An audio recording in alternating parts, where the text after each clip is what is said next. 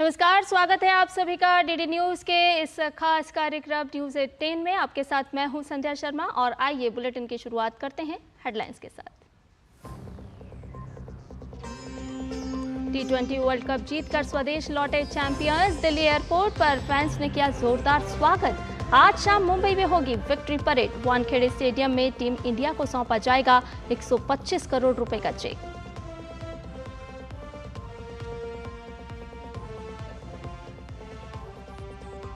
हाथरस हादसे की जांच तेज। आरोपियों की तलाश में यूपी के कई जिलों में पुलिस की छापेमारी।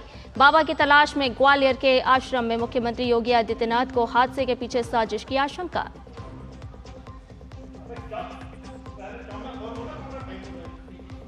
असम में बाढ़ से अब तक 46 लोगों की मौत। 29 जिलों के 2500 से अधिक गांव में 16 लाख से ज्यादा लोग प्रभावित।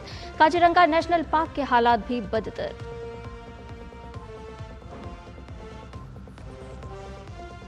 विदेश मंत्री डॉक्टर एस जयशंकर ने अस्ताना में चीनी समकक्ष से की द्विपक्षीय बैठक। कुछ अहम विषयों पर हुई बात। आज एससीओ समिट का दूसरा दिन।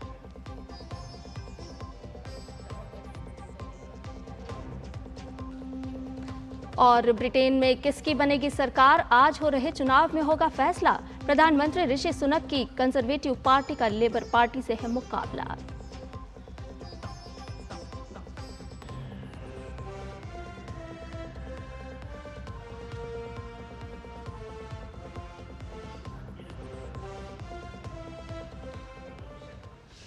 और न्यूज 10 बुलेटिन की शुरुआत कर लेते हैं विश्व चैंपियन से जुड़ी खबर के साथ।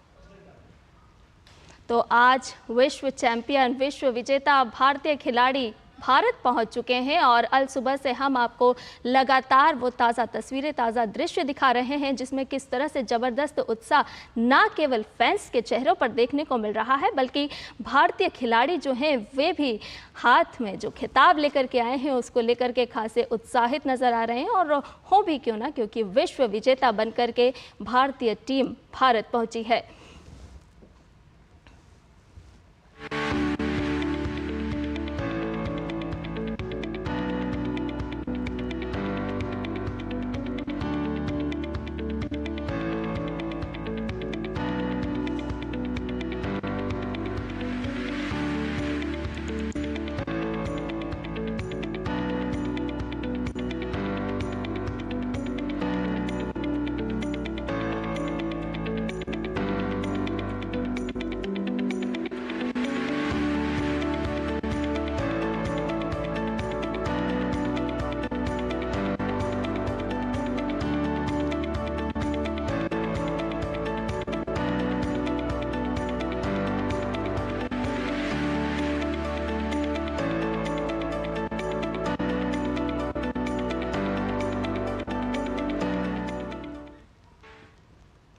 तो हम आपको ये ताज़ा तस्वीरें दिखा रहे थे और ये वीडियो आपको एक बार दिखाते हैं जिसमें भारतीय cricket team T20 world trophy के साथ जश्न मना रही है।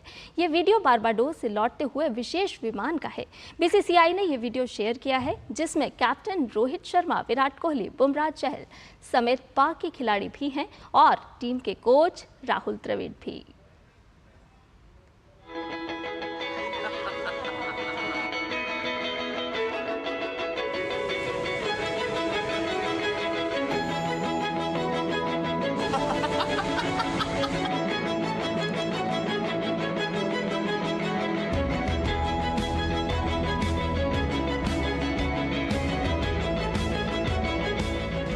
Amazing feeling man.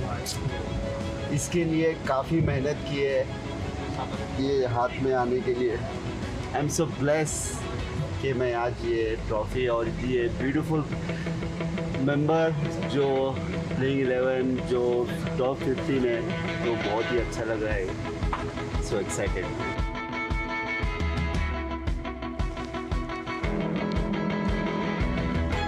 This feeling you can't express in words. I think I'm so lucky to have this.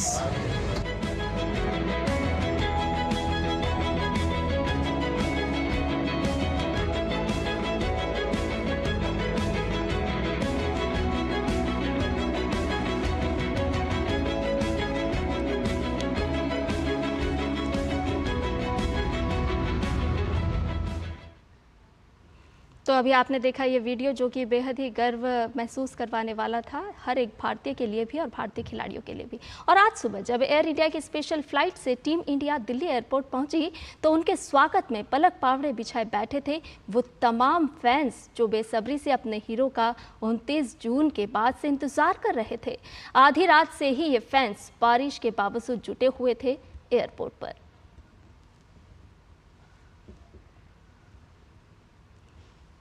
तो ये तस्वीरें जो आज अल सुबह एयरपोर्ट पर कैमरे में दर्ज की गई और आप देख रहे हैं हाथों में तिरंगा लिए हुए, किसी ने भारतीय टीम की जर्सी पहनी तो किसी ने भारत का तिरंगा हाथों में लिया। कोई मोबाइल से कैमरे में कैद करना चाहता था भारतीय खिलाड़ी को और उनके हाथों में लिए हुए उस खिताब को जिसने भारत का गर्व बढ़ाया है। लंबे समय बाद, लंबे इंतजार के बाद भारत विश्व विजेता बना और ये इंतज़ार 29 जून से लेकर के आज तक फैंस कर रहे थे और हमने देखा कि तब से लेकर के अब तक किस तरह से जश्न में पूरा भारत जुटा हुआ है। इंडिया के लिए काफ़ी टाइम बाद ट्रॉफी आई है कंट्री में, तो काफ़ी अच्छा लग रहा है। It's nice to be here. Sir बहुत खुश हो sir, Virat and Rohit Sharma, for every player sir, for every 11 players they played for India. 4 दिन से सेलिब्रेशन ऑन है इंडिया में। उसके बाद संडे को, मंडे और ट्यूसडे ऑफिस गए हैं, लेकिन ऑफिस में सिर्फ सेलिब्रेशन हुआ है, ऑफिस का कोई काम नहीं हुआ है। और आज का सेलिब्रेशन और माहौल तो अलग ही है। शब्दों में बयान करना तो बहुत ही मुश्किल है। It's a feeling which is close to divine. Most people, आप देख सकते हैं, रात को शायद सोए भी नहीं है, इतनी एक्साइटमेंट है। और सुबह सुबह टीम को वेलकम करने सबके सब इतने लोग, इतने इमेजिन भी नहीं कर सकते आप, इतने तादाद में लोग आए हैं।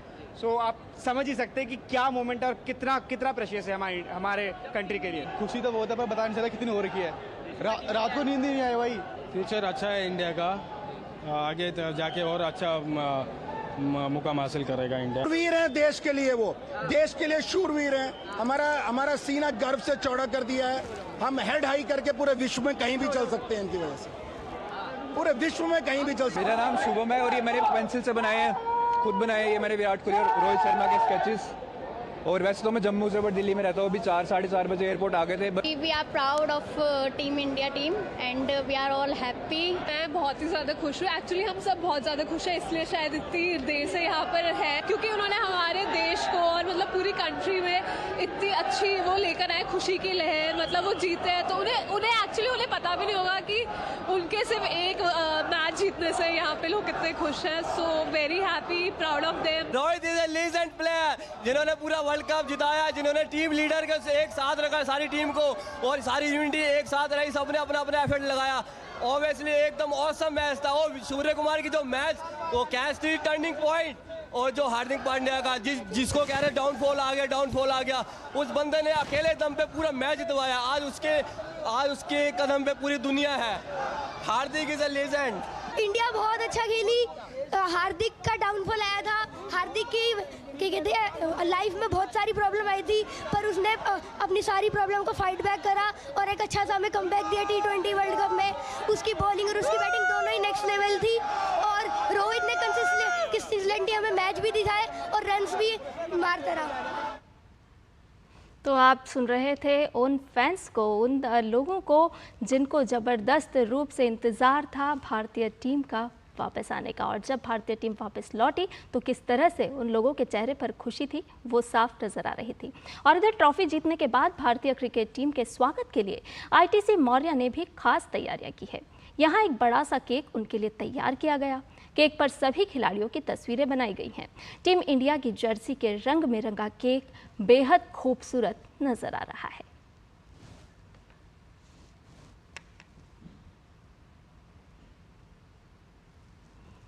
तो होटल पहुंचने की ये तस्वीरें जो सुबह हम आपको दिखा रहे थे और उसके बाद किस तरह से जो फैंस हैं उनका उत्साह अब तक बरकरार है, अब तक बना हुआ है। और इस वक्त भारतीय टीम, भारतीय खिलाड़ी इस होटल में, मौर्या होटल में मौजूद हैं और वहाँ पर उनके आगमन को लेकर के विशेष तैयारियां की गई। यानी कि एयरपोर्ट, विमानतल से लेकर के होटल तक ज़बरदस्त उत्साह।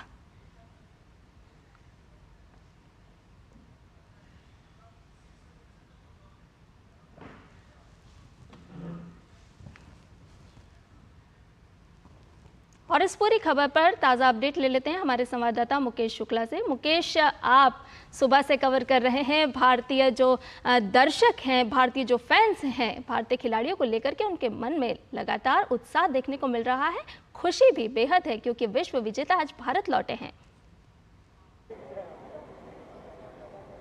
बिल्कुल सुगंधा, जिस तरह से आप देखिए कि रात 2 बजे से ही फैंस का एयरपोर्ट पर पहुंचना जारी था और उसके बाद जब टीम का कॉन्वे निकला, जब फ्लाइट आई बारबाडोस से, उसके बाद जो हमने वहां पर हूटिंग देखी, जो वहां पर नारे देखे, जो भारत माँ के जयकारे लगे, टीम इंडिया के जयकारे लगे और साथ ही साथ तमाम जो वहाँ पर फैंस थे, प्रशंसक थे, दूर दूर तक से आए थे। कुछ लोगों को मैंने बताया कि उनको फ़्लाइट्स भी लेनी थी, बट उनके लिए 2 टास्क थे, या तो फ्लाइट पकड़ें या अपने चहेतों की एक छोटी सी ग्लिम्सेस कैप्चर कर पाएँ। तो वो कोशिश कर रहे थे कि अगर वो जल्दी से बाहर आए, उनका अराइवल देखने के बाद वो अपनी फ़्लाइट की तरफ भागें। तो इस तरह का कुछ माजरा देखने को मिल रहा था क्योंकि ये रियल हीरो हैं टीम इंडिया के। 140 करोड़ की जनता का पूरा इन्होंने मान सम्मान गौरव बढ़ाया। जिस तरह से इन्होंने वहाँ पर फतह हासिल करी बारबाडोस में, और 2007 के बाद का जो सूखा था, यानी 17 साल लगभग हमें लग गए थे इस मुकाम को दोबारा हासिल करने के लिए। लगातार टीम इंडिया इस बीच में दस्तक देती रही, काफ़ी क्लोज भी पहुंची, लेकिन ये मौका था जब भारत ने यहाँ पर इस बार जो है वो पूरा का पूरा शानदार प्रदर्शन किया, पूरा एफर्ट लगाया और या यूं कहे कि अपने जो चक्रव्यूह था उसको भेदने में कामयाब रहे, क्योंकि 50-50 का फॉर्मेट हिंदुस्तान में खेला गया। रोहित शर्मा उसके भी कप्तान थे, सभी ने देखा अनबीटेबल वहां तक पहुंचे हम। फिर नरेंद्र मोदी स्टेडियम में फाइनल मुकाबला ऑस्ट्रेलिया से हम हार गए। काफ़ी लोगों का दिल टूटा था, मायूस हुए थे। कुछ फैंस ये कह रहे थे अगर ये फाइनल भी अगर भारत हार जाता तो शायद वो आने वाले समय में क्रिकेट को ही नमस्ते कर देते, लेकिन उन फैंस की उम्मीदों को जिंदा रखते हुए न केवल टीम इंडिया ने उनको एक खुशी का पल दिया, मुस्कुराने का मौका दिया, देश के जो तमाम खेल प्रेमी हैं वो भी इनका इस्तकबाल कर रहे हैं, इनकी हौसला अफजाई कर रहे हैं और इनकी प्रशंसा करते हुए थक नहीं रहे हैं। क्योंकि जिस तरह का अद्भुत प्रदर्शन इस बार कैरेबियन कंट्री में देखने को मिला, जो आखिरी के मुकाबले कैरेबियन आइलैंड में देखने को मिले, सेंट लूसिया, गुयाना, बारबाडोस में जो मुकाबले खेले गए। मुकेश आप हमारे साथ बने रहिए, हम अपने दर्शकों को बता दें कि इस वक्त ताज़ा तस्वीरें आ रही हैं और भारतीय खिलाड़ी जो हैं वो होटल में आप देख सकते हैं, जो हम कुछ देर पहले आपको बता रहे थे कि एक विशेष केक तैयार किया गया है और विशेष सेरेमनी का इंतज़ाम किया गया है। तो भारतीय खिलाड़ी इस समय होटल में मौजूद और ये केक सेरेमनी एक विशेष आयोजन होटल की ओर से, मौर्या होटल, राजधानी दिल्ली।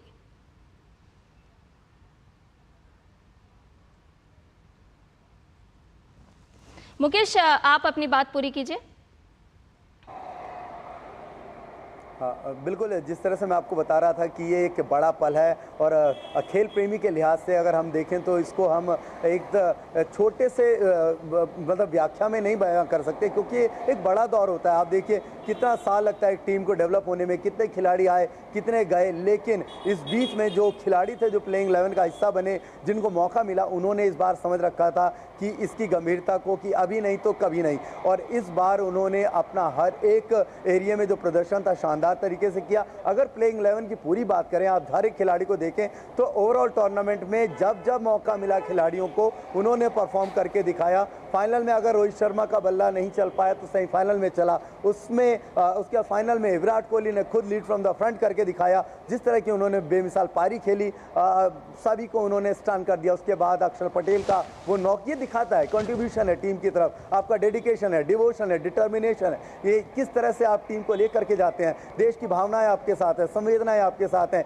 कहीं यज्ञ हो रहा था तो कहीं मंत्रों का जाप किया जा रहा था कि भारतीय टीम जीते, और जिस तरह से वो जीत करके 29 तारीख के बाद जब आज स्वदेश लौटे, क्योंकि कुछ वहाँ पर तूफान की वजह से इनका डिले हुआ था, तो एक तरफ वहाँ पर तूफान आया और इधर जो था खेल प्रशंसकों का जो तूफान था वो एयरपोर्ट पहुँच गया। और उन्होंने जिस तरह से गर्मजोशी के साथ अपने तमाम खिलाड़ियों का इस्तकबाल किया, उनका यहाँ पर वेलकम किया, जो वार्म वेलकम देखने को मिला, उसकी तस्वीरें पूरी दुनिया ने देखी। जब हम जीते थे उस दिन भी हमारे तमाम फैंस सड़कों पर आए और जिस तरह से उन्होंने इस जीत का जश्न मनाया था, उसका एक रेप्लिका आज भी देखने को मिला। और ये सिलसिला आगे भी जारी रहेगा, क्योंकि अब 3 बड़े प्लेयर जो हैं वो अंतर्राष्ट्रीय क्रिकेट T20 फॉर्मेट से रिटायर कर गए हैं। उसके बाद नई पीढ़ी को इसका मौका मिलेगा। शायद हार्दिक पांड्या अब टीम को लीड करेंगे इस फॉर्मेट में। शुभमन गिल होंगे, यशस्वी जायसवाल होंगे, रिंकू सिंह होंगे, गायकवाड़ होंगे। ये तमाम खिलाड़ी हैं जिनको आगे आने वाले समय में मौका मिलेगा। तो कैसे वो इस मौके को बुनाएंगे, इस पर सभी की निगाहें लेकिन अभी जो जश्न है वो चल रहा है और इसके बाद ये जश्न का कारवां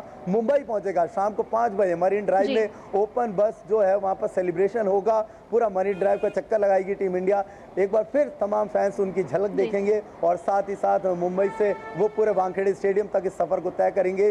तो अभी जो है काफ़ी कुछ होना बाकी है इस पूरे एपिसोड में, जश्न के इस पूरे के पूरे जो कार्यक्रम के दौरान। जी मुकेश, इस जीत के जश्न के साथ आपको खेल के मैदान में एक बार वापस ले जाना चाहेंगे जहां पर T20 खिलाड़ियों ने जीता था और कितना रोमांचक एक मुकाबला था, क्योंकि हर भारतीय की नज़र टिकी हुई थी कि किस तरह से खेल जो है वो पलटी ले रहा था और हर भारतीय चाह रहा था कि हर हाल में भारत की विजय हो।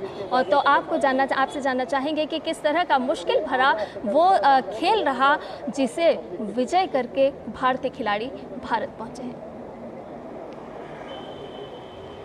बिल्कुल, देखिए अगर खेल को जिस भी खेल प्रेमी ने देखा होगा, जिस भी फैंस ने देखा होगा, वो शायद ही इसको ज़िंदगी में भुला पाएंगे, क्योंकि इतना शानदार मुकाबला दोनों टीमों की तरफ से खेला गया। एक तरफ से साउथ अफ्रीका जो चोकस का टैग लेकर के फाइनल में पहुंची, किसी भी ICC फॉर्मेट में उनके लिए बड़ा मौका था कि वो इस ट्रॉफी को लिफ्ट करे। भारत पिछले 17 साल के सूखे को ख़त्म करना चाहता था। तो दोनों तरफ से जोर आजमाइश चल रही थी। जिस तरह से वहाँ पर क्लासन, मिलर, क्विंटन डिकॉक लगातार बल्लेबाजी करके कहर बन के बरप रहे थे, वहीं हमारे गेंदबाजों ने उनको आखिरी टाइम पर रोका। 30 गेंद में 30 रन, फिर 2 गेंद में 10 रन, इस तरह का मुकाबला। ये काफ़ी क्लोज मुकाबला था और आसान नहीं था दोनों टीमों के लिए। सभी की जो धड़कनें थी वो थम गई थी। आप देखिए कितना क्लोज मुकाबला जाकर के भारत ने जीता और वो कैच जो था वो ऐसे कंडीशन में पकड़ा गया था, क्योंकि वो कैच नहीं था, वो ट्रॉफी थी जो सूर्य कुमार यादव ने पकड़ी थी। ऐसा ही कैच हमने देखा था 2007 में जब महेंद्र सिंह धोनी कप्तान थे और जोगिंदर शर्मा की गेंद पे श्रीशंत ने पकड़ा था। वो कह रहे थे उस कैच को पकड़ते वक्त उनके हाथ कांप गए थे, क्योंकि वो कैच नहीं था, वो विनिंग मूवमेंट था। अगर आप वो छोड़ देते तो शायद उस समय भी ट्रॉफी चूक जाते और इस बार भी चूक जाते। तो बड़ा है पल था, बड़ा मौका था उसको, जिन्होंने भी देखा, जब भी वो उसको देखेंगे, अगर उसकी हाईलाइट्स को याद करेंगे या किसी को अपने साथ जब डिस्कस करेंगे तो वो बताते हुए इस बात को जरूर गौरवान्वित होंगे कि कैसा कांटे भरा मुकाबला था और भारत ने कितने शानदार तरीके से उस मुकाबले को जीता, देश की जनता को कितनी बड़ी सौगात दी। और आज जनता के बीच में वो फिर से मौजूद हैं, अपने होम टाउन आ चुके हैं, सरजमी पर कदम रख चुके हैं। तो जश्न का दौर है वो जारी है और जश्न बनता भी है। मुकेश, आप लंबे समय से इस बीट को देख रहे हैं, आपसे जानना चाहेंगे कि कितना दबाव रहता है जिस समय खिलाड़ी मैदान में रहते हैं और उन्हें अपने देश प्रेम जब उस खेल के मैदान में याद आता है और वो लाखों करोड़ों प्रशंसक जब लगता है कि जीत दर्ज करानी है और उन प्रशंसकों का ख्याल भी रखना है। बिल्कुल एक बड़ा मौका होता है। देखिए खिलाड़ियों के ऊपर कितनी जिम्मेदारी होती है। एक तरफ स्टेडियम में वो बैठा पूरा हुजूम जो आपको चीयर करता है, साथ में आपके टेलीविजन सेट्स पे अलग अलग कंट्रीज़ में आपके फैंस मौजूद होते हैं। कई बार आपको बताऊं ओपोनेंट्स भी होते हैं। एक में हमने देखा इंग्लैंड के जो कैप्टन थे वो भारत माता की जय के नारे लगाते हुए दिखे। तो ऐसे भी स्पेक्टेटर हैं, ऐसे भी क्रिकेटर हैं जो आपको क्लोजली बहुत प्यार करते हैं, बहुत मोहब्बत करते हैं, भले वो ओपोनेंट टीम के साथ खेलते हैं। तो आपके ऊपर एक दबाव होता है, लेकिन उस दबाव से निकल करके आप तभी शूरवीर बनते हैं जब आप ऐसे बड़े मुकाबले खेलते हैं और आप एक अलग स्ट्रैटेजी के साथ आते हैं, क्योंकि आपको पता होता है कि ये दबाव आपको झेलना पड़ेगा और उसके बाद आपको परफॉर्म करना पड़ेगा। और मैं बताऊं, अगर आप 2007, 1983 कपिल देव के टाइम का वो वर्ल्ड कप देख लें, 2007 का विश्व कप देख लें, 2011 देख लें, 2019 देख लें, महेंद्र सिंह धोनी के रनआउट के बाद पूरा स्टेडियम रो रहा था, वो भी एक गोल्डन अपॉर्चुनिटी हाथ से चली गई। फिर कुछ ही नवंबर में आप देखिए किस तरह से हम बहुत क्लोज जाकर के हारे। 1 लाख से ज़्यादा दर्शक स्टेडियम में मौजूद थे और मैं उस समय खुद, मेरे सहयोगी जो तापस इस पूरे T20 वर्ल्ड कप को कवर कर रहे थे, हम दोनों स्टेडियम के बाहर मौजूद थे। तो एक सन्नाटा सा पसरा होता है, यानी हार्ट ब्रेकिंग कॉल था वो, वहाँ पर समझ में नहीं आ रहा था ये हुआ क्या। लेकिन ये जीत जो है इसने वो तमाम पुरानी कड़वाहटों को मिटाया, जो पुरानी यादें थी 2007 की, 2011 की, 1983 की, उसको जिंदा किया। कैसे लेजेंड बनते हैं इस विश्व कप ने दिखाया। जो खिलाड़ी यहाँ पर खेले उन्होंने अपने आप को साबित कर दिया, स्वर्णिम अक्षरों में उनका नाम लिख दिया गया। हार्दिक पांड्या कैसे से ट्रोल हो रहे थे आईपीएल में, सभी ने देखा उनकी निजी लाइफ में जो उथल पुथल हुई, प्रोफेशनल लाइफ में उनकी उथल पुथल हुई। मुंबई इंडियंस बहुत अच्छा नहीं कर पाई, बावजूद देखिए कितना सेटबैक था, उसके बाद वो यहाँ आकर के खेले, शानदार परफॉर्म किया। आपके साथ जो प्लेयर यहाँ पर ड्रेसिंग रूम शेयर करते हैं उनके लिए कितना अच्छा एक्सपीरियंस होता है। तो जो युवा खिलाड़ी ड्रेसिंग रूम में थे, जो रिंकू सिंह, यशस्वी जायसवाल जो टीम के साथ ट्रैवल कर रहे थे, भले ही नहीं खेले लेकिन उनके लिए खास अनुभव होगा, आगे आने वाली पीढ़ी को उन्हीं को संभालना है। तो यहाँ से जो एक्सपीरियंस है, अनुभव उसके साथ आगे जाएंगे। अब एक बड़ा प्लेयर डिपेंडेबल जो है, Mister dependable Rahul Dravid, the wall के नाम से मशहूर हैं, उनके लिए कड़वाहट थी। कैरिबियन आइलैंड में वो खुद विश्व कप में कप्तान बन के जाते और वहाँ पर वो अर्ली एग्जिट में हार के बाहर हो जाते थे, बड़ी उनकी आलोचना हुई। लेकिन आज उन्होंने अपने उस पुराने कड़वाहट को भी भुलाया और उसी आइलैंड पे वो टीम के कोच बन के इस ट्रॉफी को लिफ्ट करने में कामयाब रहे। तो किसी ना किसी खिलाड़ी के लिए ये विश्व कप डिफरेंट एंगल से यादगार रहेगा और हमेशा उनकी यादों में, उनके जहन में जिंदा रहेगा। जी मुकेश, आपसे ये भी जानना चाहेंगे कि क्रिकेट एक ऐसा मैच है जो कि टीम भावना के साथ खेला जाता है और टीम में रहकर ही खेला जाता है, यानी कि पूरे टीम के जो प्लेयर्स होते हैं वहाँ पर एक एक खिलाड़ी की भूमिका बेहद ही अहम होती है, बेहद ही खास होती है और जिसके बाद इस तरह के खिताब हाथ में आते हैं। लेकिन आपसे जानना चाहेंगे कि अब आगे की किस तरह की चुनौतियाँ भारतीय टीम के लिए होंगी और भारतीय टीम उसे इस तरह से सफलता में तब्दील करने के लिए किस तरह से अपने आप को तैयार करेगी?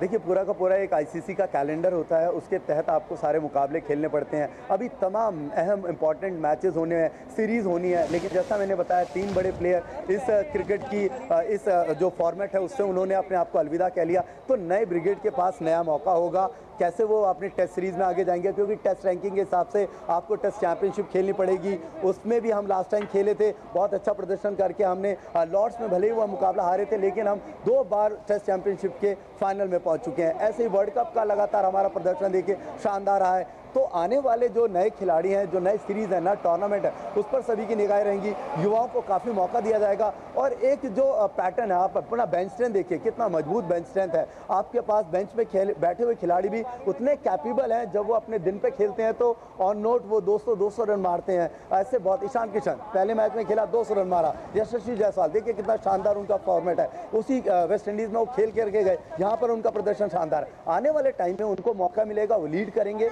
और मैं आपको बताऊं, एक युवाओं के लिए मिसाल है, जो क्योंकि क्रिकेट जो है वो भारत में धर्म से कम नहीं है, यानी उसको एक धर्म की तरह लिया जाता है। महेंद्र सिंह धोनी और सचिन तेंदुलकर, कपिल देव, रोहित शर्मा, विराट कोहली इस खेल के भगवान माने जाते हैं। तो वो इस भगवान को कैसे आगे लेकर के जाएंगे, कैसे इस भगवान को इंस्पिरेशन बनाएंगे। युवाओं को इन मैचेस को देखना पड़ेगा, अपने आप को उसमें ढालना पड़ेगा। लोगों को लगता है कि कुछ भी शॉर्टकट नहीं है, ये खेल बताता है 20 देखिए 2 दशक से ये लोग खेल रहे हैं और इन्होंने अपने आप को प्रूव किया, मैच दर मैच प्रूव किया, क्रिटिसाइज भी हुए, लेकिन उन्होंने बताया कि धैर्य है और अगर आपकी कुशलता है, क्योंकि आपका जो क्लास है वो हमेशा परमानेंट रहता है, फॉर्म आती जाती रहती है। तो क्लास अगर आपके साथ है, ऑन नोट जिस दिन आप अपनी क्लास पे खेलेंगे तो आप किसी भी टीम को हरा देंगे। जसप्रीत बुमराह आज देखिए वर्ल्ड क्लास बॉलर है, कोई भी उनके आगे अगर खेलने आता है तो कहता है कि मेरे को किसके आगे बैटिंग करनी है, जसप्रीत बुमराह के आगे। बहुत मुश्किल होता है जिस तरह की वो गेंदबाजी करते हैं, छोटे कदमों से दौड़ करके आते हैं और कितनी कुशलता से वो गेंदबाजी करते हैं। तो ये सब चीज़ खिलाड़ियों को समझनी पड़ेगी। प्लेयर्स के साथ साथ जो फैंस हैं, जो क्रिकेट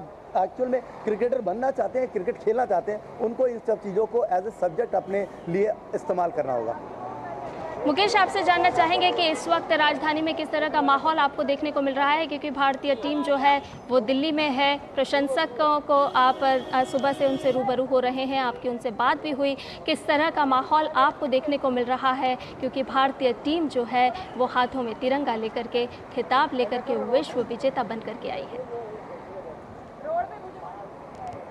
बिल्कुल, देखिए आज का जो पूरा अभी तक का दोपहर तक का शेड्यूल है दिल्ली में ही है। आईटीसी मौर्या में देखिए किस तरह का सेलिब्रेशन देखने को मिला, उनको वार्म वेलकम हुआ, यानी शूरवीरों का जो था वो स्वागत किया गया, रणबांकुरों का स्वागत किया गया। एयरपोर्ट पे हमने स्वागत देखा। अब इसके बाद मुंबई के लिए रुख करेंगे, मुंबई में किस तरह का स्वागत होता है वो सब देखेंगे, क्योंकि कल जयशाह ने ट्वीट करके बोल दिया था कि शाम को 5 बजे मुंबई के जो फैंस होंगे वो मरीन ड्राइव पहुँचें और मरीन ड्राइव में अपने जो ये स्टार्स हैं, सुपर स्टार्स हैं या यूँ कहे, इनका दीदार इंतज़ार करें तो जब ओपन बस कॉन्वे होगा उसमें देखना होगा कि कैसे फैंस इनका इस्तकबाल करते हैं, क्योंकि हमने 2007 में देखा था कि यही माहौल था महेंद्र सिंह धोनी की कप्तानी में। जब टीम इंडिया एयरपोर्ट से फिरोजशाह कोटला जाती है तो पूरा वो रोड था वो सिर्फ फैंस से मौजूद था, क्रिकेट प्रशंसक जो थे, खेल प्रशंसक वहाँ पर मौजूद थे। ऐसा ही कुछ हुजूम इस बार भी उमड़ने वाला है, यानी बेताबी जो है वो अपने चरम पर है।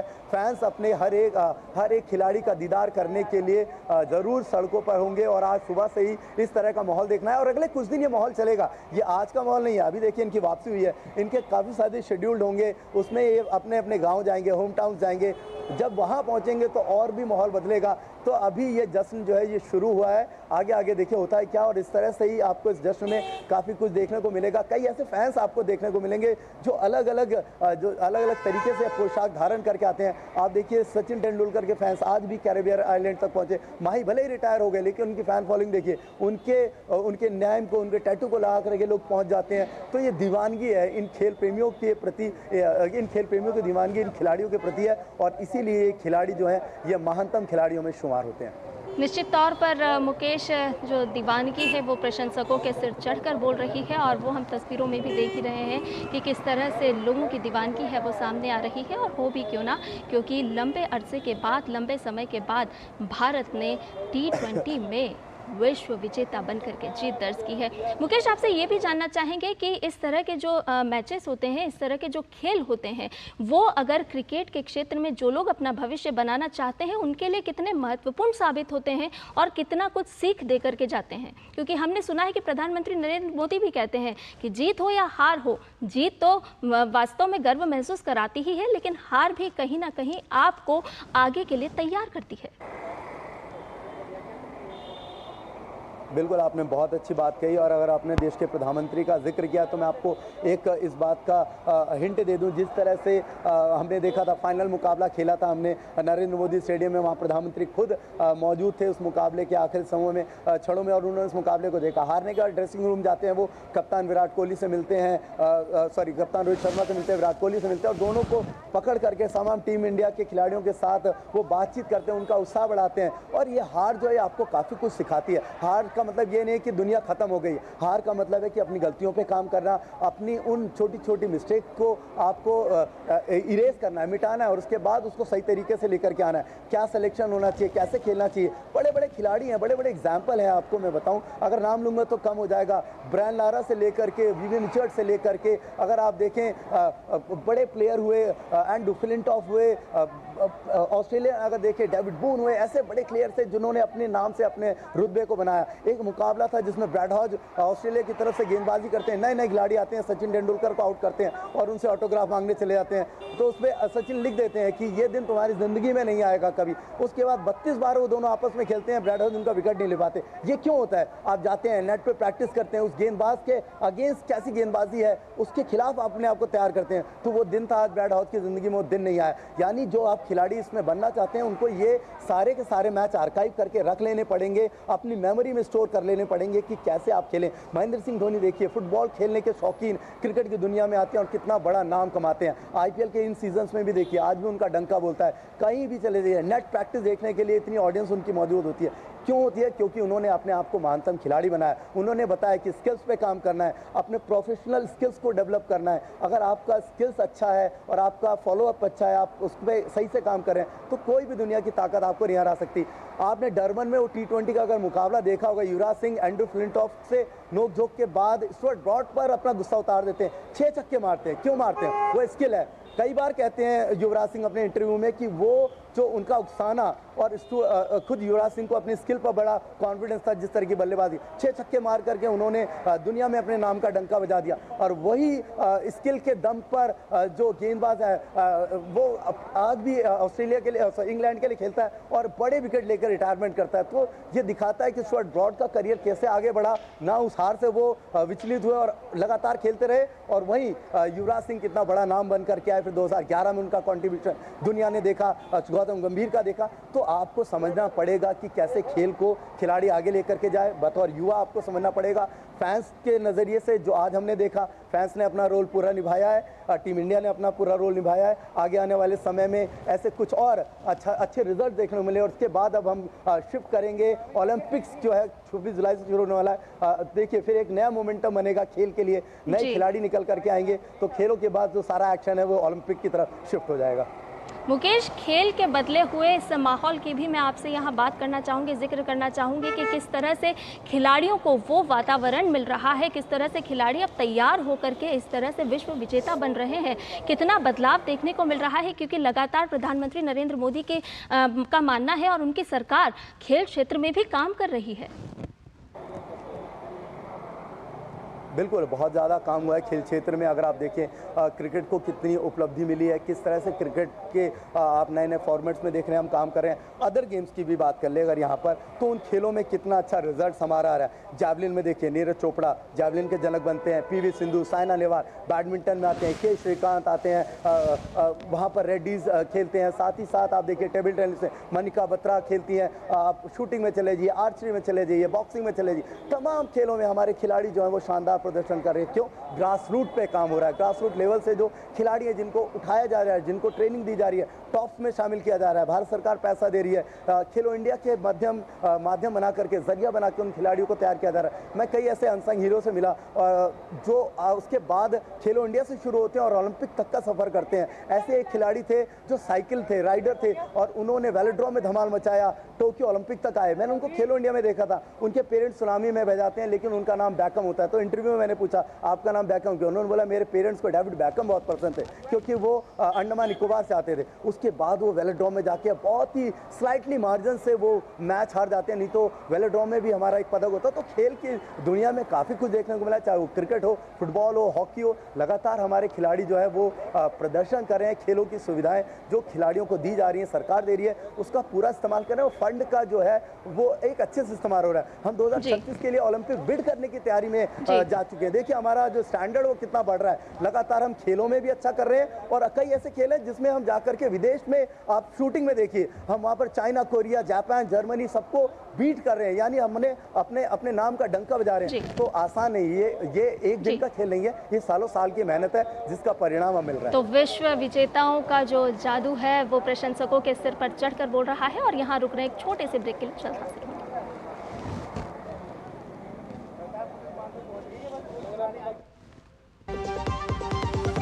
बढ़िया है, प्राकृतिक हल्दी, मिर्ची, धनिया। नहीं, मिर्ची, धनिया, हल्दी, MDH। बात जब पीढ़ियों के लिए बनने वाले घर की हो तो जिम्मेदारी बड़ी हो जाती है। गैलेंट समझता है ये जिम्मेदारी। अब डबल M रिब्स के साथ गैलेंट एडवांस TMT रीबार, निर्माण का real hero. Muthoot finance, India का number 1 most trusted financial services brand. Gold loan लेने के लिए कॉल करें 1-800-313-1212।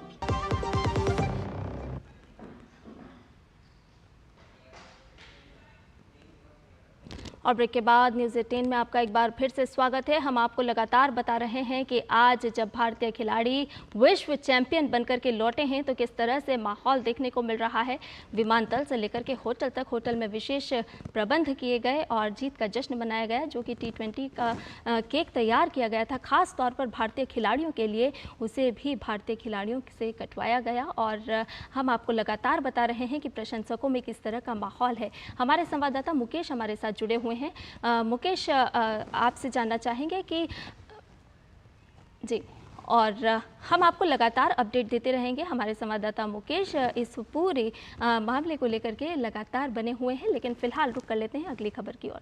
आपको बता दें कि स्वामी विवेकानंद की पुण्यतिथि पर प्रधानमंत्री नरेंद्र मोदी ने उन्हें श्रद्धांजलि अर्पित की। उन्होंने सोशल मीडिया प्लेटफॉर्म पर एक पोस्ट साझा करते हुए लिखा कि मैं स्वामी विवेकानंद को उनकी पुण्यतिथि पर श्रद्धांजलि अर्पित करता हूं।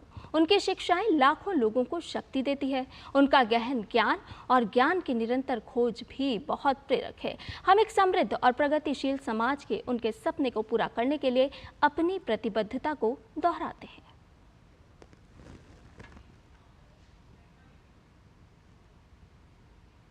स्वामी विवेकानंद की पुण्यतिथि के अवसर पर केंद्रीय मंत्री अमित शाह ने उन्हें नमन किया। केंद्रीय मंत्री ने सोशल मीडिया प्लेटफॉर्म एक्स पर एक वीडियो साझा करते हुए लिखा, पूरे विश्व को भारतीय संस्कृति व दर्शन की ज्योति से आलोकित करने वाले युवाओं के प्रेरणा पुंज स्वामी विवेकानंद जी के निर्वाण दिवस पर उन्हें कोटिशः नमन। स्वामी विवेकानंद जी ने सनातन संस्कृति के दिव्यतम आदर्शों को और भी विश्वव्यापी बनाया और शिकागो विश्व धर्म परिषद के माध्यम से विश्व को पुनः भारतीय तत्वज्ञान से अवगत कराया। रामकृष्ण मठ, रामकृष्ण मिशन और वेदांत सोसाइटी की स्थापना कर उन्होंने भारतीय ज्ञान परंपरा के अध्ययन और पालन को सशक्त माध्यम दिया। उन्होंने युवाओं में देश प्रेम के संस्कार पल्लवित कर उन्हें राष्ट्र प्रथम के मार्ग पर चलने के लिए प्रेरित किया। स्व संस्कृति व स्वधर्म के पथ पर स्वामी विवेकानंद जी के संदेश युगों युगों तक दिशा दिखाते रहेंगे।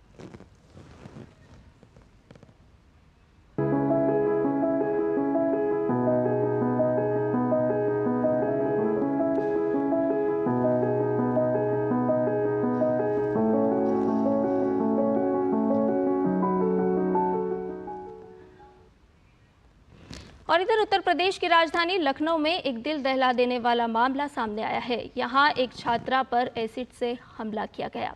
बताया जा रहा है कि पीड़ित छात्रा नीट की काउंसलिंग के लिए जा रही थी और तभी एसिड हमले में छात्रा बुरी तरह से झुलस गई।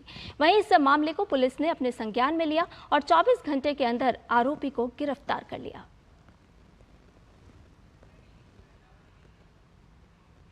वहीं हाथरस कांड के बाद से ही भोले बाबा को खोजने का काम उत्तर प्रदेश की पुलिस तेजी से कर रही है। हाथरस पुलिस की एक टीम भोले बाबा के ग्वालियर स्थित आश्रम पहुंची है। बताया जा रहा है कि बाबा वहां मौजूद हो सकता है। पहले पुलिस मैनपुरी आश्रम में पहुंची थी, पर भोले बाबा वहां नहीं मिले। मामले को लेकर कुछ महिलाओं से भी हाथरस पुलिस पूछताछ कर रही है। आयोजकों और सेवादारों को लेकर प्रदेश के कई जनपदों में दबिश जारी है। पुलिस की कई टीमें अलग अलग जनपदों में छापे मार रही है। इसके साथ ही राज्य पुलिस दूसरे राज्यों की पुलिस के साथ संपर्क में भी है। हाथरस हादसे में मृतकों की पोस्टमार्टम रिपोर्ट में खुलासा हुआ है कि दम घुटने की वजह से ज्यादातर लोगों की मौत हुई है। हाथरस हादसे के बाद लोगों के घर लौटने के लिए रेलवे की व्यवस्था की जा रही है। कुछ ट्रेनों को सिकंदराराव स्टेशन पर अतिरिक्त ठहराव की विशेष व्यवस्था दी गई है। योगी सरकार ने हाथरस कांड की जांच के लिए न्यायिक आयोग का गठन किया है। आयोग नोटिफिकेशन जारी होने के 2 महीने के भीतर जांच रिपोर्ट सौंप देगा। भगदड़ की घटना कोई दुर्घटना है या कोई साजिश, आयोग के सदस्य इस एंगल से भी पड़ताल करेंगे।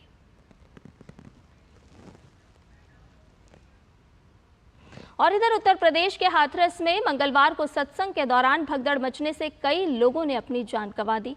वहीं अस्पतालों में कई लोगों का इलाज चल रहा है। पोस्टमार्टम के बाद शवों को परिजनों को सौंपा जा रहा है। इस हादसे के बाद जो लोग बच गए उन सब का क्या कहना है, आइए जानते हैं। सत्संग के अंदर हम तो सब 10 मिनट पहले वहाँ से निकल आए। उसके बाद जब पहुँचे हैं तो हमारी लेडीज़ वगैरह नहीं पहुँची, तो हमने सोचा पता नहीं क्या हो गया। उसके बाद एक हमारे साथी थे फक्करनाथ जी, हमने उनको भेजा देखने के लिए कि भाई देख के आइए क्या हो गया। जब उन्होंने बताया कुछ लेडीज़ हैं यहाँ भगदड़ में गिर गई थी यहाँ पर, मैं कि चलो ठीक है। जब वहाँ पता चला मैं किस हॉस्पिटल में, वहाँ किसी ने कुछ नहीं बताया। वही जहाँ जिसका हॉस्पिटल पड़ा वहाँ पर एडमिट है। कहाँ है, अलीगढ़ में भी हैं और हाथरस में भी हैं और सिकंदराराव में भी हैं और आपका एटा में भी। ज़्यादा भीड़ भाड़ थी तो ऐसी ज़्यादा खास व्यवस्था ठीक नहीं थी, आपको सही बताएं। हाँ, प्रशासन जो SDM थी और भी थे अधिकारी सारे उपस्थित थे वहाँ पर। हम जब जैसे सत्संग में बैठे थे, जैसे सत्संग समापन की ओर हुआ है, तो जो साकार बिछोरी निकल के गए तो लेडीज की लाइन अलग और जेंट्स की लाइन अलग।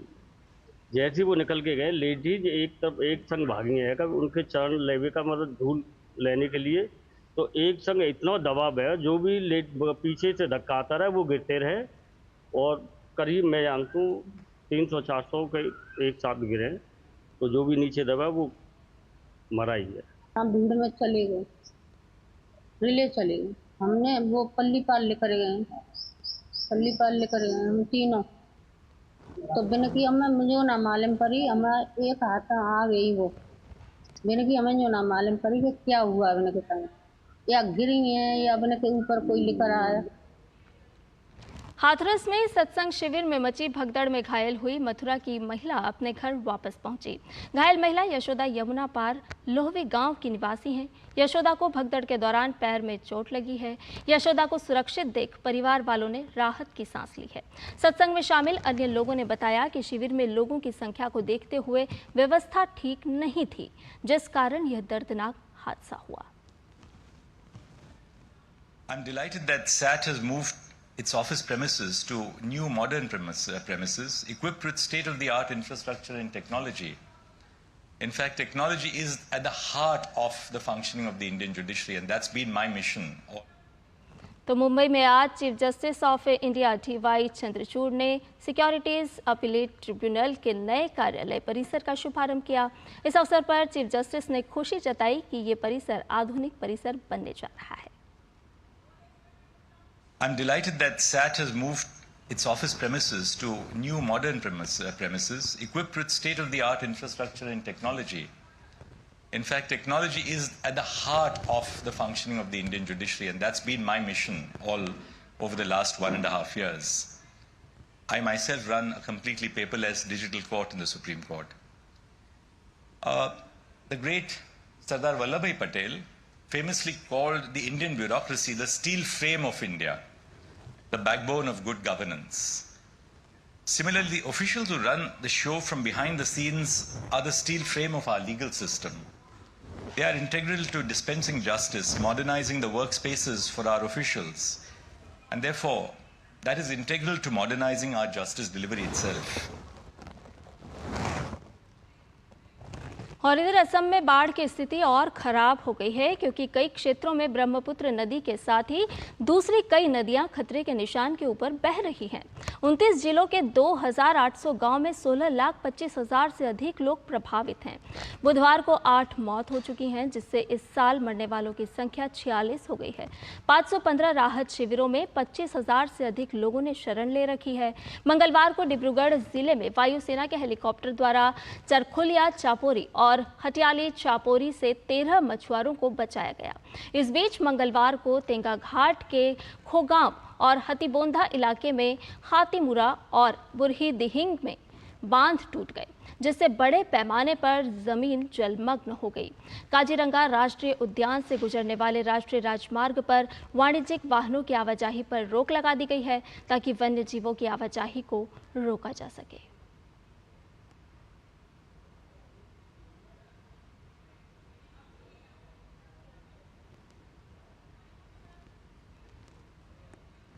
और इस समय का ताज़ा अपडेट ले लेते हैं। हमारी संवाददाता डिब्रूगढ़ से सुबीना जुड़ी हुई हैं। सुबीना, इस वक्त की ताज़ा अपडेट जानना चाहेंगे आपसे कि किस तरह के हालात आप देख पा रही हैं। खतरे के निशान के आसपास लगातार नदी बह रही है। जी संध्या, आज भी जो है IMD ने रेड अलर्ट असम के लिए जारी किया है और बाकी पूर्वोत्तर राज्यों के लिए जो है ऑरेंज अलर्ट है। तो ये कुछ दिन जो है काफी क्रिटिकल है असम के लिए, क्योंकि अगर भारी वर्षा होती है तो ऑलरेडी जो नदियां अबव डेंजर लेवल जा रही है, तो और भी स्थिति खराब होने की संभावना है। जो कल का जो लेटेस्ट बुलेटिन था, SDMA का रिपोर्ट था, उसके मुताबिक जो है ब्रह्मपुत्र जो है तेजपुर, जोरहाट, नियामाटी घाट, गुवाहाटी, धुबरी में अबव डेंजर लेवल बह रही है। उसके बाद सुबनसिरी, जिखो, धनसिरी, कोपिली, बोराक, धलेश्वरी, कटकल, कुशियारी जो नदियां हैं वो भी अबव डेंजर लेवल बह रही है। अगर हम अपर असम की बात कहें संध्या, तो यहाँ पे जो है बुरिंग दिहिंग जो है एक ट्रिब्यूटरी है ब्रह्मपुत्र का, और वो जो है काफी जगहों में बहुत बाढ़ की स्थिति पैदा कर रही है। जैसे मार्ग्रेटा में काफी बाढ़ हो गया, इसके ज्यादा पानी अबव द डेंजर लेवल चला गया, क्योंकि मार्ग्रेटा में चला गया, ख्वांग में चला गया। ख्वांग में बुरी दिहिंग का स्रोत बढ़ने के वजह से उसमें एक एम्बैंकमेंट का भी ब्रीच हुआ, जिसके वजह से हाथीबोंदा एरिया जो है टेंगा घाट में और ख्वांग में जो है काफी क्षतिग्रस्त हुए हैं। पूरा गांव में जो है पानी आ गया है संध्या। और अगर लोअर असम की बात कहें तो कुछ ही दिन पहले जो क्लाउड बर्स्ट हुआ था अरुणाचल में, और जो लोअर सुबनसिरी डैम से थोड़ा पानी छोड़ा गया था, इसके वजह से जो है पानी का बहाव भी बहुत ज्यादा हो गया था ब्रह्मपुत्र में। और अभी जो वो पानी है अपर असम से लोअर असम में गई है। तो इसीलिए जो है मोरीगांव के बाद जो एरिया है जैसे नौगांव हो गया, बोरपेटा हो गया और फिर उसके बाद बराक रीजन जो हो गया, साउदर्न असम की बात कहें तो वहां पे अभी बाढ़ की स्थिति और बढ़ने की संभावना है और वहां पे जो है नदियों का जो स्रोत है वो अबव डेंजर लेवल बढ़ रही है, मतलब उसका जो स्रोत है। और पूरा ओवरऑल असम की जो बात कहें बहुत सारी डिस्ट्रिक्ट जो है 29 डिस्ट्रिक्ट जो है बाढ़ के चपेट में है। यहाँ पे जो अपर क्षतिग्रस्त है धेमाजी, लखीमपुर, तिनसुकिया, ये सब एरियाज बहुत क्षतिग्रस्त है और अभी जो है साउदर्न असम में भी क्षतिग्रस्त हो रहा है संध्या। सुबिना, राहत और बचाव कार्य की अगर बात करें तो किस तरह से लगातार एसडीआरएफ की टीम, एनडीआरएफ की टीम, स्थानीय प्रशासन राहत बचाव कार्य को आगे बढ़ा रहा है? जैसा कि हम देख रहे हैं कई जिले प्रभावित हुए हैं, तो क्या किन्हीं गांव को भी खाली कराया गया है या किस तरह का कार्य वहां पर चल रहा है? जी बहुत अच्छा सवाल पूछा आपने संध्या की। एनडीआरएफ और एसडीआरएफ का टीम जो है वो बहुत ही क्रूशियल रोल प्ले करता है फ्लड्स के मामले में। अगर आप कहें असम में तो जब भी फ्लड सीजन शुरू होता है तो पहले से एसडीआरएफ, एनडीआरएफ और लोकल अथॉरिटीज की जो टीम पे है वो तैनात पे रहती है, अलर्ट पे रहती है। कहीं पे भी जहाँ पे पानी आने लगता है और फ्लड जैसा स्थिति हो जाता है वहां से इवैक्यूएशन प्रोसेस जो है स्टार्ट हो जाता है। तो कल ही के लेटेस्ट रिपोर्ट की हम बात करें तो कल जो है 126 मेडिकल टीम्स लगाए गए थे कि जो भी फ्लड अफेक्टेड विक्टिम्स है, लोग को क्षतिग्रस्त है, पेशेंट्स है, उनको फर्स्ट एड मिले। और कल जो है एसडीआरएफ की टीमों ने 130 से ज्यादा नाव को लगाया गया और रेस्क्यू जो है 8000 से भी ज्यादा लोगों को कल बाढ़ पीड़ित इलाकों से निकाला गया है। और नॉट ओनली मतलब जानवरों को भी निकाला गया एसडीआरएफ की टीमों ने, जैसे 1000 से ज्यादा जानवरों की जान बचाई गई कल संध्या। और पिछले कुछ दिनों से पहले मछुआरे 13 मछुआरों को बचाया गया। इंडियन एयरफोर्स की टीम ने एनडीआरएफ की रिक्वेस्ट पे उनको जाके रेस्क्यू किया। एक चापोरी में वो लोग फंसे हुए थे और उनको निकाला गया। तो ये बहुत बड़ा एक कोलैबोरेटिव वर्क है जो कि मतलब सबके कोऑपरेशन से हो रहा है। जी, तो इंसान हो या मवेशी सभी की जान बचाने के लिए लगातार राहत और बचाव कार्य जारी है। बहुत बहुत शुक्रिया सुबिना, तमाम ताज़ा अपडेट हमारे और दर्शकों से साझा करने के लिए। और इधर आपको बता दें कि मणिपुर में भारी बारिश के बाद बाढ़ की स्थिति उत्पन्न हो गई है। राज्य के सभी स्कूलों में इसके चलते छुट्टी घोषित कर दी गई है।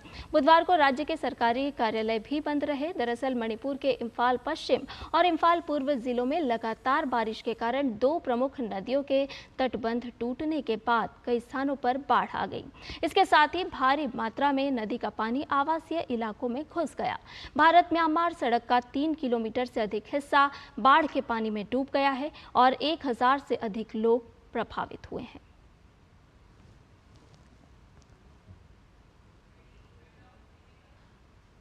और इधर नीट यूजी परीक्षा गड़बड़ी मामले में झारखंड में सीबीआई की बड़ी कार्रवाई सामने आई है।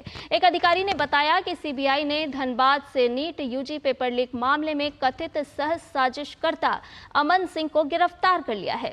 पहले सीबीआई ने पेपर लीक में कथित रूप से शामिल झारखंड के मॉड्यूल के बारे में खुफिया जानकारी जुटाई, फिर अमन सिंह को गिरफ्तार कर लिया। बता दें कि सीबीआई ने बीते 29 जून को झारखंड के हजारीबाग से एक हिंदी मीडिया संगठन के मार्केटिंग प्रोफेशनल जमालुद्दीन अंसारी को गिरफ्तार किया था। इस गिरफ्तारी से एक दिन पहले एजेंसी ने ओएसिस स्कूल के प्रिंसिपल एहसानुल हक और वाइस प्रिंसिपल इम्तियाज आलम को गिरफ्तार किया था। जानकारी के मुताबिक ओएसिस स्कूल के प्रिंसिपल एहसानुल हक को एनटीए ने नीट यूजी 2024 परीक्षा के लिए सिटी कोऑर्डिनेटर नियुक्त किया था। वहीं इससे देश भर में विरोध प्रदर्शन की श्रृंखला शुरू हो गई। प्रदर्शनकारियों और राजनीतिक दलों ने एनटीए को भंग करने की मांग की। इस बीच सुप्रीम कोर्ट 8 जुलाई को नीट यूजी परीक्षा में पेपर लीक और अनियमितताओं का आरोप लगाने वाली याचिकाओं पर सुनवाई करने वाला है। और आपको बता दें कि पूर्व उप प्रधानमंत्री और वरिष्ठ भाजपा नेता लालकृष्ण आडवाणी का दिल्ली के अपोलो अस्पताल में उपचार चल रहा है। उनकी हालत स्थिर बताई जा रही है। कल रात करीब 9 बजे डॉक्टर विनीत सूरी की निगरानी में उन्हें अपोलो अस्पताल में भर्ती कराया गया। लालकृष्ण आडवाणी उनकी निगरानी में है। और इधर केंद्र सरकार ने 8 कैबिनेट समितियों का गठन किया है। नियुक्ति संबंधी कैबिनेट समिति में पीएम मोदी के अलावा गृह मंत्री अमित शाह शामिल हैं। पहले की तरह सुरक्षा मामलों की कैबिनेट समिति में पीएम मोदी के अलावा रक्षा मंत्री राजनाथ सिंह, गृह मंत्री अमित शाह, वित्त मंत्री निर्मला सीतारमण और विदेश मंत्री डॉक्टर एस जयशंकर को शामिल किया गया है। नियुक्ति समिति को छोड़कर राजनाथ सिंह हर कैबिनेट समिति का हिस्सा हैं। आवास संबंधी कैबिनेट समिति में अमित शाह सहित 5 मंत्री शामिल हैं। आर्थिक मामलों की कैबिनेट समिति में पीएम समेत 11 मंत्री, संसदीय मामलों की समिति में राजनाथ सिंह समेत 10 मंत्री शामिल हैं।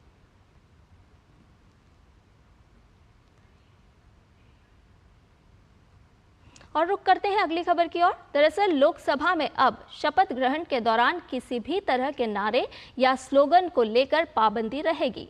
लोकसभा अध्यक्ष ओम बिरला ने लोकसभा में प्रक्रिया और कार्य संचालन नियम 17वां संस्करण के नियम 389 के अनुसरण में संशोधन किया है।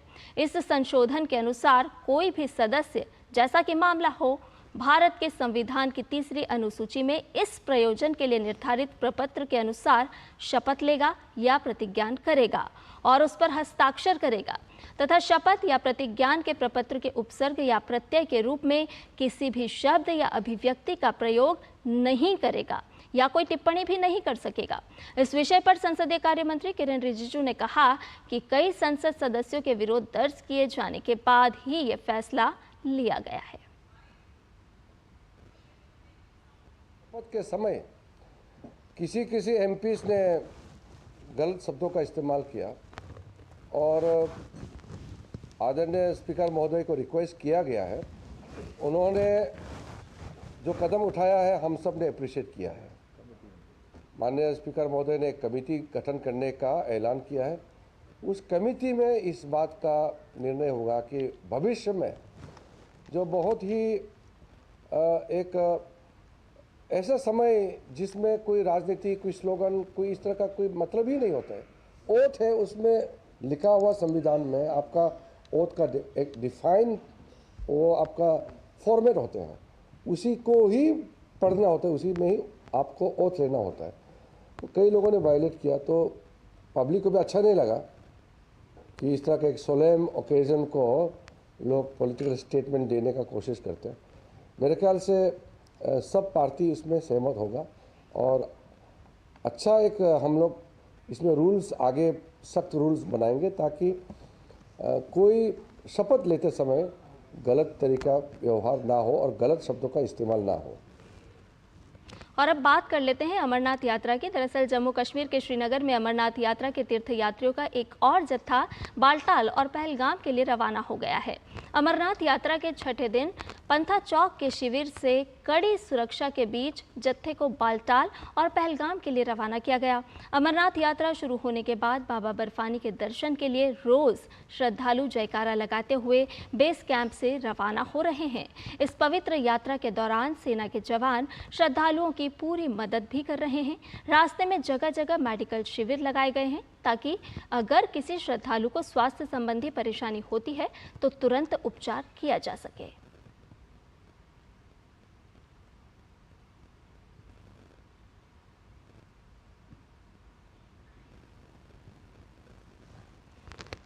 तो बाबा बर्फानी के दर्शन करने के लिए एक और जत्था रवाना हो चुका है। बालटाल और पहलगाम के लिए ये जत्था रवाना हुआ है। काफ़ी उत्साह श्रद्धालुओं में हर साल देखने को मिलता है। और इसी खबर के साथ न्यूज़ एट 10 में फिलहाल इतना ही। मुझे दीजिए इजाज़त, लेकिन डीडी न्यूज़ पर खबरों का सिलसिला लगातार जारी है। नमस्कार।